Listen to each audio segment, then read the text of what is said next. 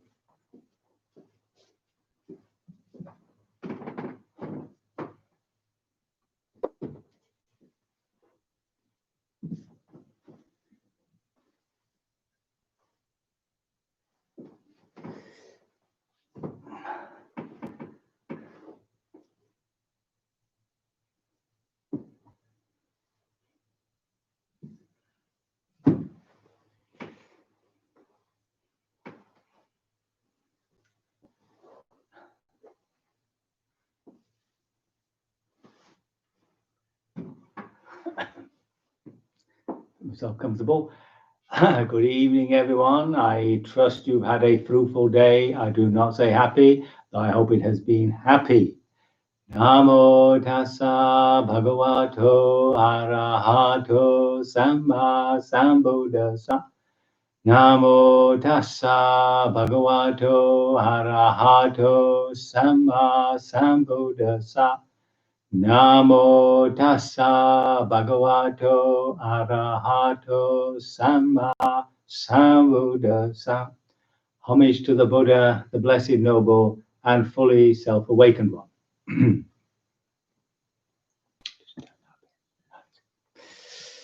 So we're moving on now. We're going back to this character Vachagotta. We met him before, earlier on, mainly to do with the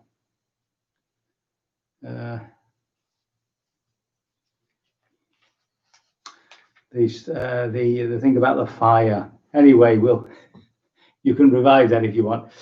This last discourse really tells us how he got on, and he goes to see the Buddha. He's at the bamboo grove at the squirrel sanctuary in Vachagotta, which is now present-day Rajgir, which was the seat of Bimbisara, the king of Magadha, on the Ganges there. So he comes to the Buddha and he says, can you teach me in brief, yes, can you teach me in brief what is wholesome and what is unwholesome? So the Buddha replies that he can do it both in brief and, of course, in detail.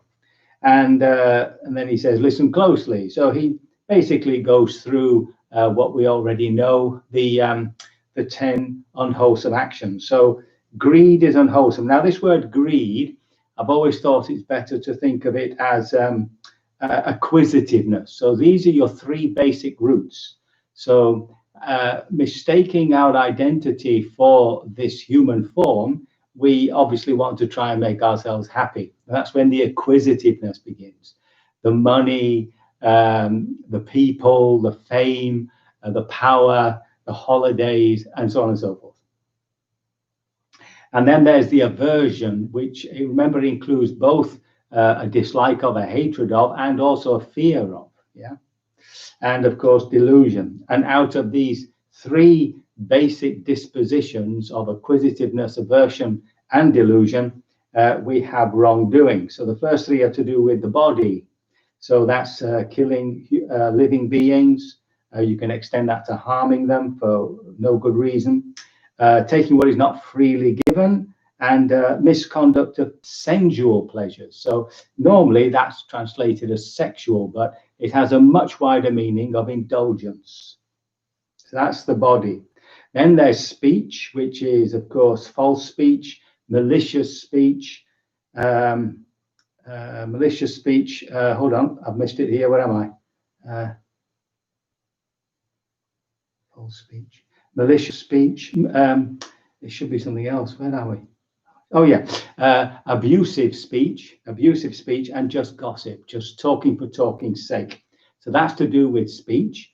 And then finally, to do with the mind, thinking, it's covetousness, wanting what other people have, all thoughts of ill will, and of course wrong view, wrong understanding, which takes us back to these 3 misunderstandings about impermanence, cause of suffering, this desire, and of course not self. So then the Buddha says that when somebody abandons all that, it's like the palm stump. So once you've cut the frothy bit at the top of a palm, it just doesn't grow again. That's it. All the taints are destroyed. So if you remember the taints, the oozings, the cankers, sense desire, the desire to keep becoming, wrong view. Sometimes ignorance is put with wrong view, but that seems to me just to double it, say the same thing really. So normally it's sense desire, becoming, wanting to continue to become, to create this constant self, this selfing, and this basic ignorance. So now Vachagotta asks him a question, and it seems to be that he's wondering if the Buddha is the only one who's actually enlightened. So he's got all these monks, all these nuns, all these lay people, but is he the only one that's actually fully liberated? So he asks, he says, is there amongst your monks anyone who's entered and abide upon the deliverance of mind and the deliverance by wisdom? The deliverance by mind are the absorptions, and the deliverance by wisdom is through the vipassana or through the investigation of the three characteristics. That's the one that liberates you. And the Buddha replies, 100 or 200, 300, far more monks who, by realizing for themselves with direct knowledge here and now, enter upon and abide in the deliverance of mind and the deliverance by wisdom that are taintless with the destruction of the taints, the oozings. So first of all, Vacha wants to know, are there any monks who've been fully liberated? And the Buddha says, loads of them. And then he asks, what about the nuns? And the Buddha says, loads of them. And then he asks, is there one lay person clothed in white, leading a life of celibacy, who with the destruction of the 5 lower fetters will reappear spontaneously in the pure abodes, and there attain final nibbana without ever returning from that world? So here we're talking about the non-returner. So he's not asking if there are any fully liberated lay people. He's asking if there are any that have attained the third attainment. So remember, there's the stream entrant, the one who has that initial experience of nibbana. Then there's the once returner who has a deeper experience, which, as it were, undermines this greed and acquisitiveness and aversion. But the non-return is the one who's left the sensual life as a place to seek happiness. So he asks, is there any layman who's done that? And of course, the Buddha says, just so many, 100, 300, 400. And later on, he asks, is that the same of the women lay followers? And of course, he says, yes, there are hundreds of them. And then he asks, is there any one lay follower, one man lay follower, clothed in white, enjoying sensual pleasure, who carries out his instruction, responds to his advice, has gone beyond, become free of perplexity, gained intrepidity, and become independent of others in the teacher's dispensation? So this is somebody who is a stream entrant, got the first and the second. Okay, these people who've attained those 2 levels obviously still are committed to sensual pleasure as a place to find true happiness. So they're not fully liberated. And he says, well, there's hundreds of them too, and the same for the women. And what Vachagotta then says, if only Master Gautama were accomplished in this Dharma, but no monks, and later on, no nuns, no lay men and no lay women, then this holy life would be deficient in that respect. But because Master Gautama and the bhikkhus are accomplished in this Dharma, the holy life is thus complete in that respect. So what Vachagotta is saying is that having all these people around him, both monks, nuns, and lay people, who've attained like this, really substantiates the Buddha's teachings. And this, of course, then he says, the image always gives a little image.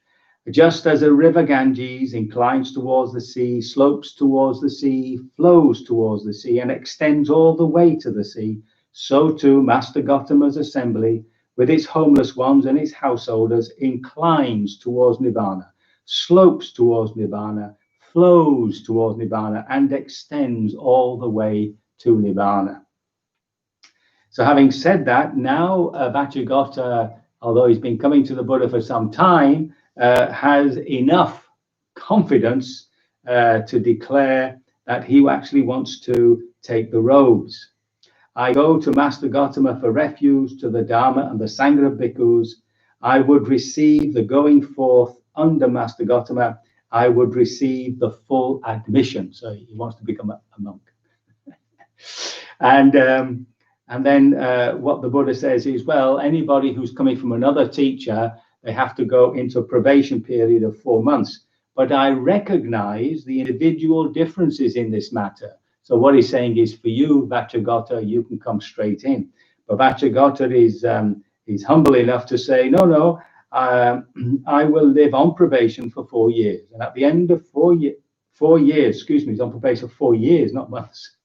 Sorry, the probation is normally 4 months, but what Vachagotta says is, I'll remain in probation for 4 years. And at the end of 4 years, if the bhikkhus are satisfied with me, let them give me the going forth and full admission to the bhikkhu state. And so now, not long after that, he goes to see the Buddha to teach the Dharma further. So he's been a monk, he's been in the order, as it were, as a samanera for about 4 years.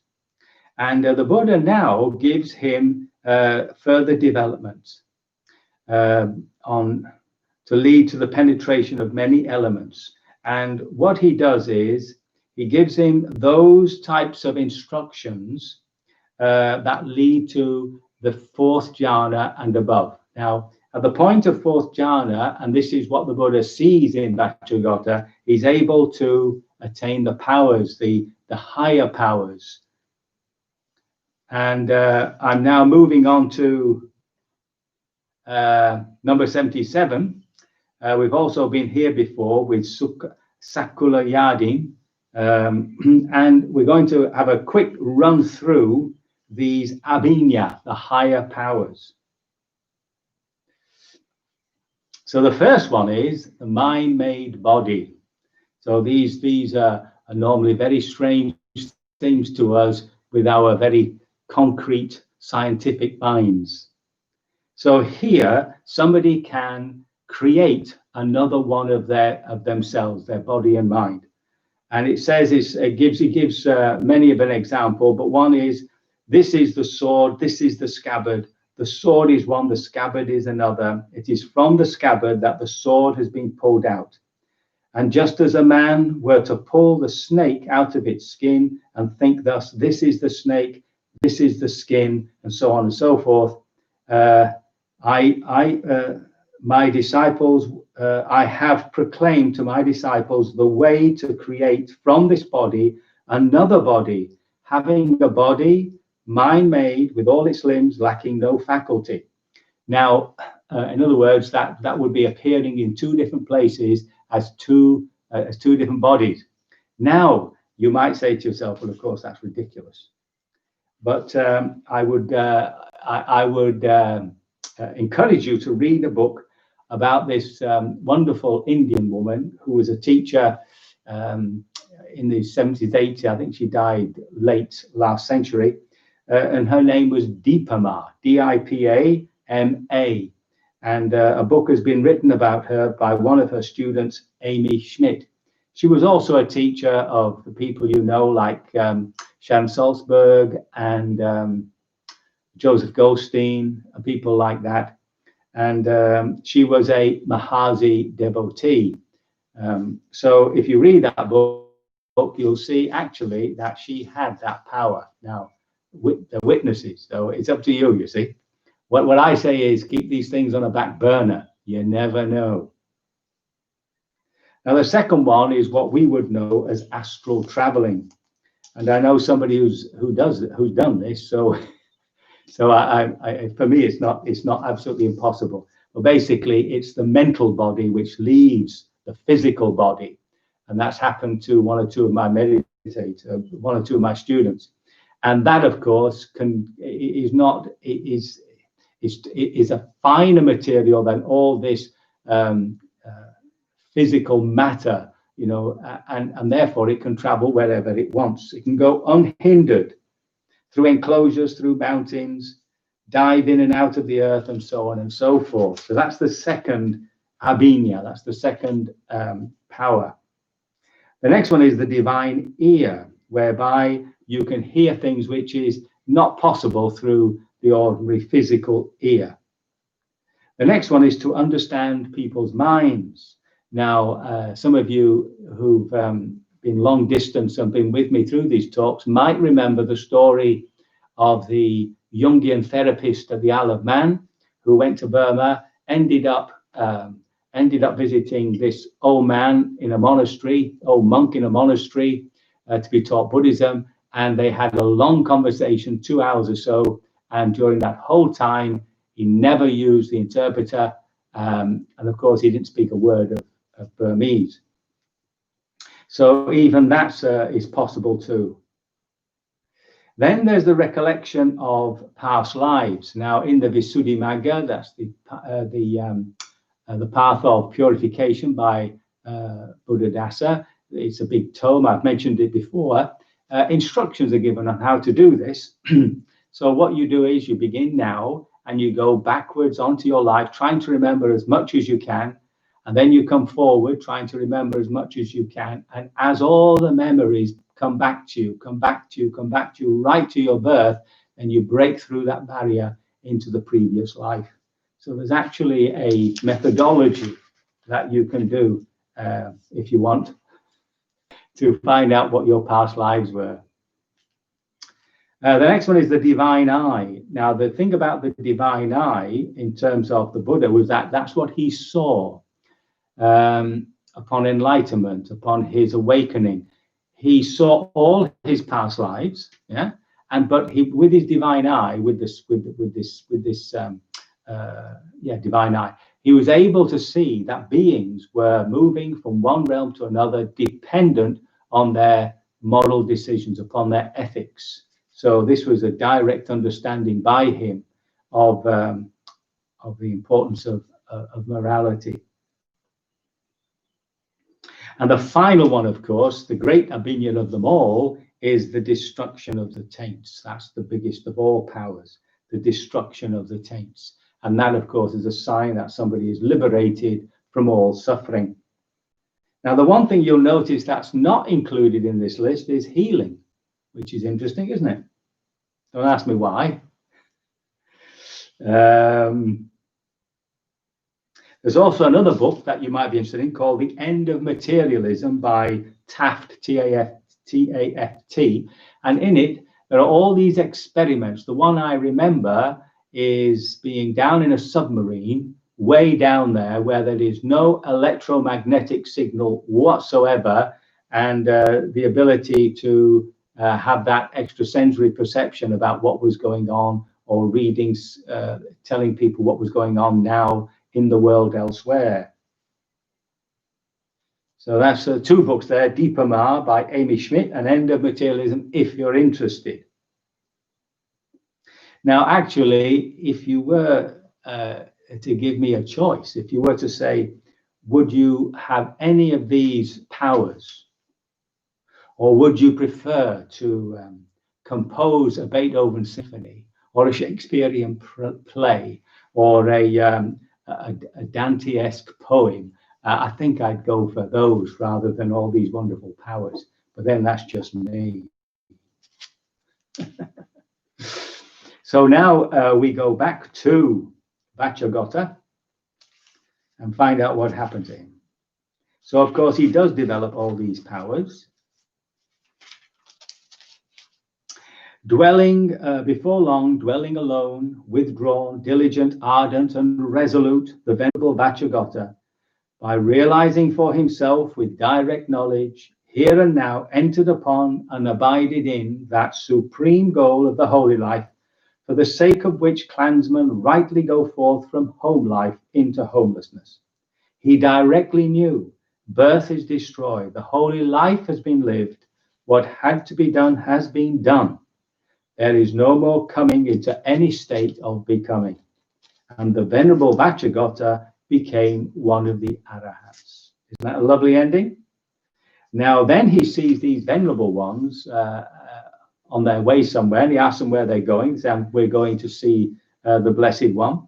And he tells them, say to the Blessed One, the Blessed One has been worshipped by me. The Blessed One has been worshipped by me. In other words, I have followed your directions to the end. Now, when the bhikkhus say that to the Buddha replies, having encompassed his mind with my own mind, I already knew of the bhikkhu Vachagotta. The bhikkhu Vachagotta has attained the threefold true knowledge and has great supernormal power and might. The threefold knowledge is, of course, past lives, seeing how karma works out for other beings, and liberation, or the cleansing totally of those taints, those oozings. And the Buddha says, the deities also told me, the Vachagotta has attained the threefold true knowledge and has great supernormal power and might. That is what the Blessed One said. Those bhikkhus were satisfied and delighted in the Blessed One's words. So a little bit of magic tonight. I can only hope that this in some way is inspiring for you, and that you will continue full steam ahead until you are completely liberated sooner rather than later.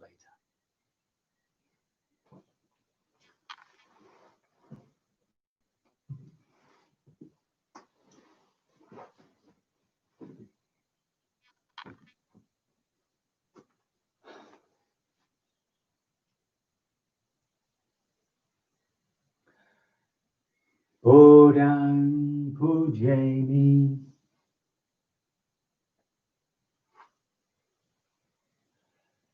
Dhammang Pujami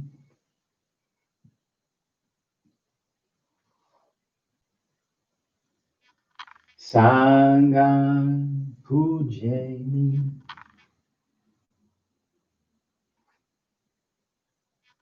Namo Tassa Bhagavato Arahato Samma Sambuddhassa. Namo Tassa Bhagavato Arahato Samma Sambuddhassa. Namo Tassa Bhagavato Arahato Samma Sambuddhassa. Buddhang Saranang Gacchami, Dhammang Saranang Gacchami, Sanghang Saranang Gacchami, Dutiyampi Buddhang Saranang Gacchami, Dutiyampi Dhammang Saranang Gacchami, Dutiyampi Sanghang Saranang Gacchami, Tatiyampi Buddhang Saranang Gacchami, Tatiyampi Dhammang Saranang Gacchami, Tatiyampi Sanghang Saranang Gacchami. Panati Pata Veramani Sikapadang Samadhiyami. Adina Dana Veramani Sikapadang Samadhiyami. Kame Sumi Chachara Veramani Sikapadang Samadhiyami. Musawada Veramani Sikapadang Samadhiyami. Sura Mereya Majja Pamadatana Veramani Sikapadang Samadhiyami.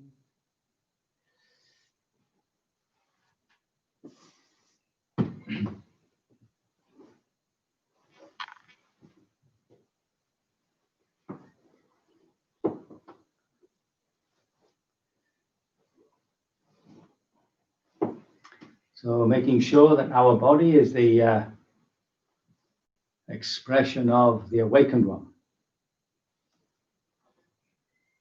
Using those muscles in the lower back and the abdomen, lifting ourselves up the spine, sitting tall.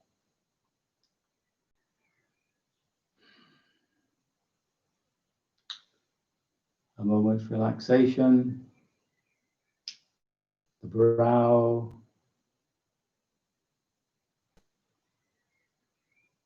and the jaw.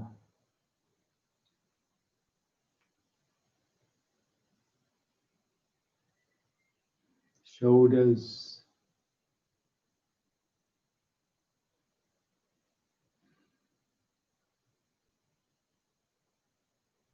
Just acknowledging the posture, energized up the spine, everything else relaxed.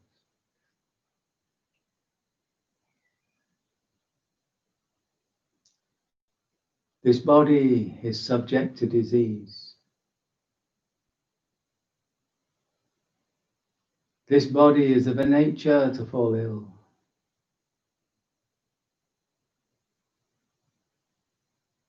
This body has not gone beyond sickness.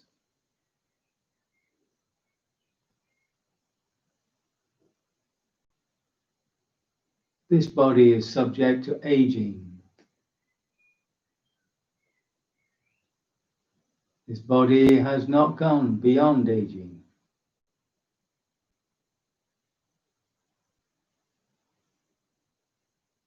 This body is now in a process of aging.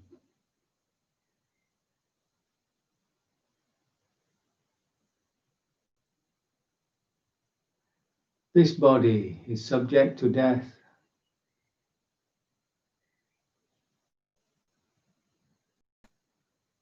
This body has not gone beyond death.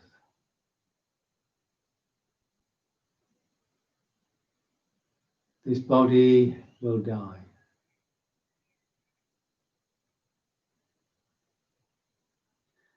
There is the unborn, undying, uncreated, uncompounded.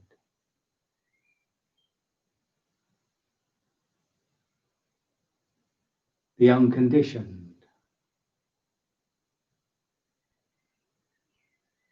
True refuge, harbour, and home.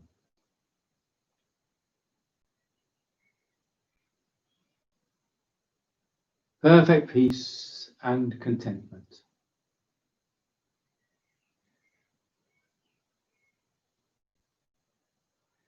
Those who are mindful are in the presence of Nibbana.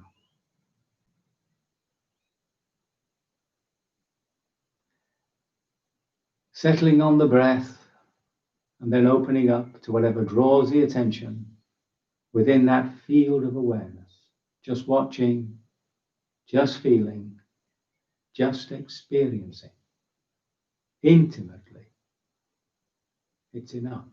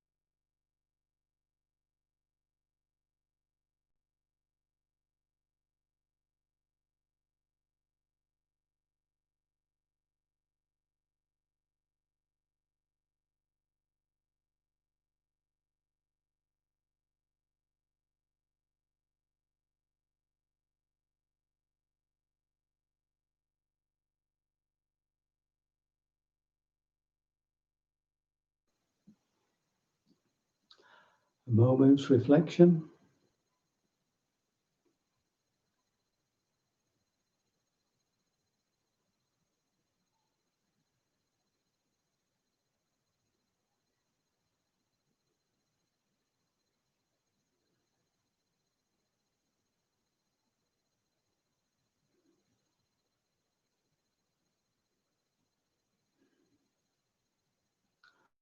Resolution.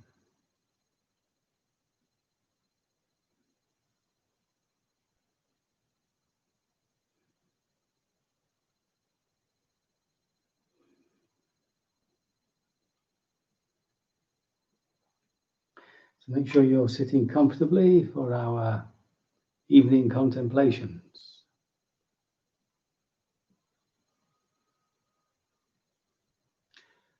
Turning to our own hearts, speaking gently, may I be free of physical pain.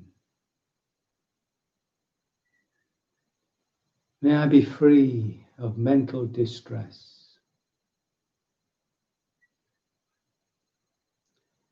May I be liberated of all my sufferings.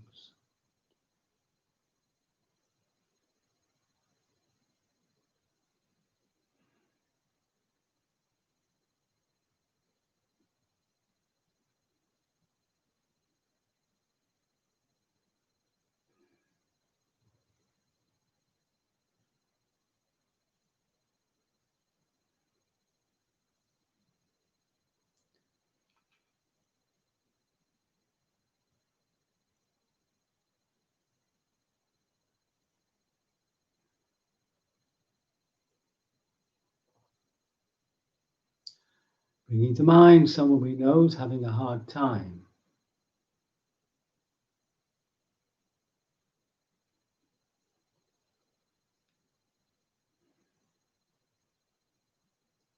May you be free of physical pain. May you be free of mental distress.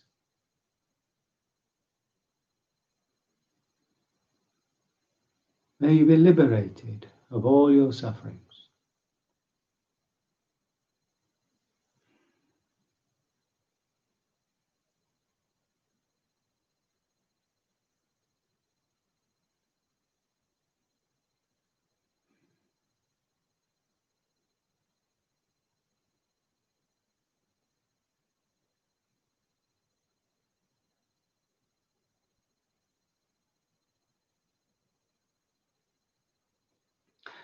And for all those at this moment who are sick and or suffering from mental illness, people in the process of dying, and those who have died and left grieving family, relatives, and friends, people going hungry, homeless, and destitute, those having to deal with severe personal and interpersonal difficulties, all those who've been victims of prejudice, all those caught up in wars and repressive regimes, and those being tortured. And there are those suffering from natural disasters and climate crisis. All the sentient beings are being cruelly treated and unnecessarily slaughtered, and all who find life meaningless. May you be free of physical pain.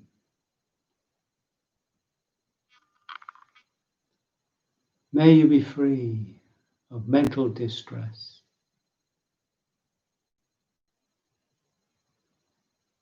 May you be liberated of all your sufferings.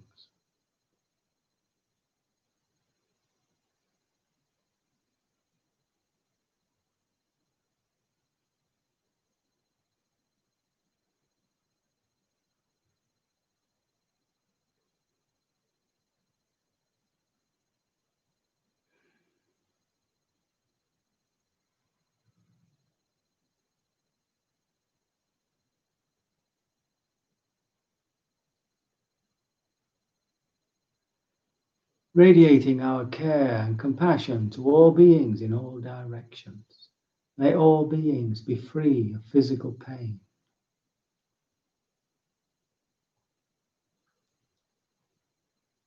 May all beings be free of mental distress.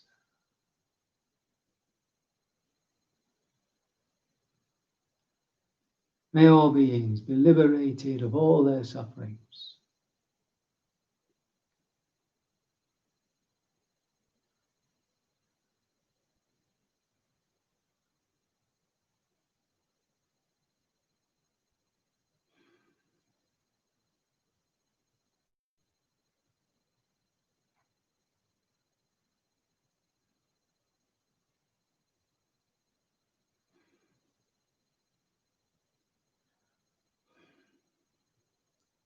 Bringing to mind now some moments of joyfulness, happiness that we've experienced today.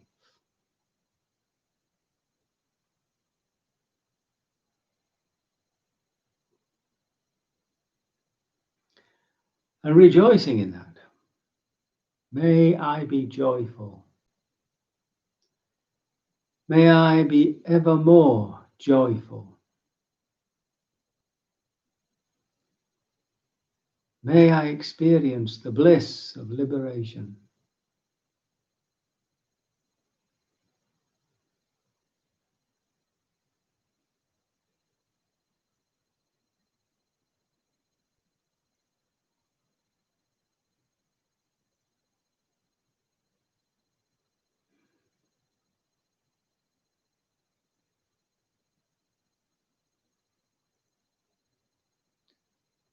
Bringing to mind someone we know who has good cause to be joyful.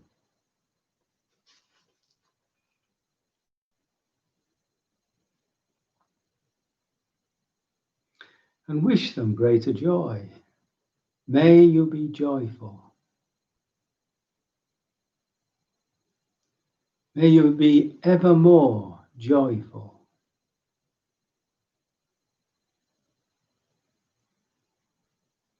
May you experience the bliss of awakening.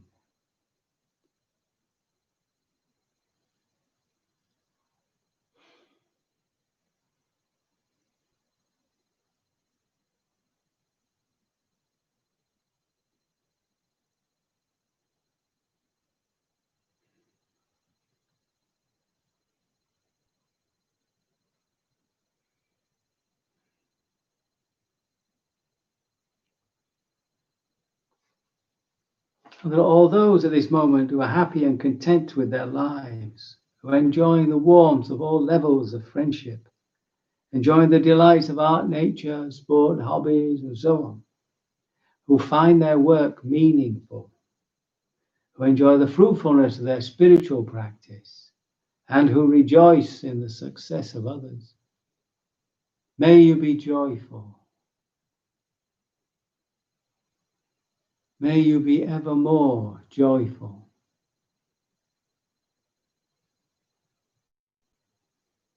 May you experience the bliss of Nibbana.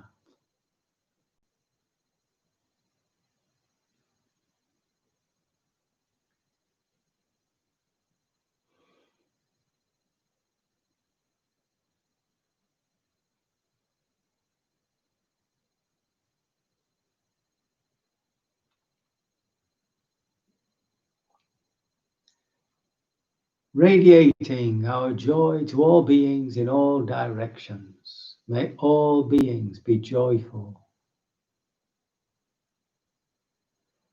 May all beings be ever more joyful.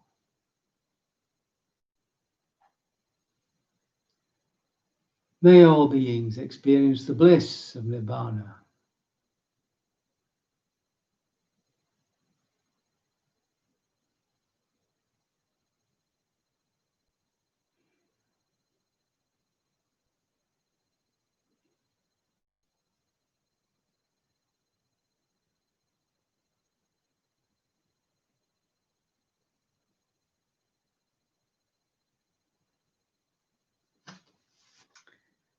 Allowing these words to flow through us.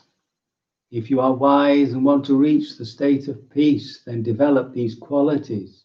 Be upright, responsible, gentle, and humble. Be easily contented and need only a few things.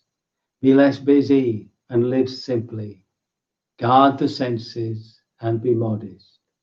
Do not be attached to only a few people to the exclusion of others. Do not do the slightest thing that a wise person could blame you for. And be constantly thinking, may all beings be happy. Whatever living beings there are, be they weak or strong, big or small, large or slender, living nearby or far away, those who've already been born and those who've yet to be born. May all beings, without exception, be happy. Let no one deceive another or disdain anyone.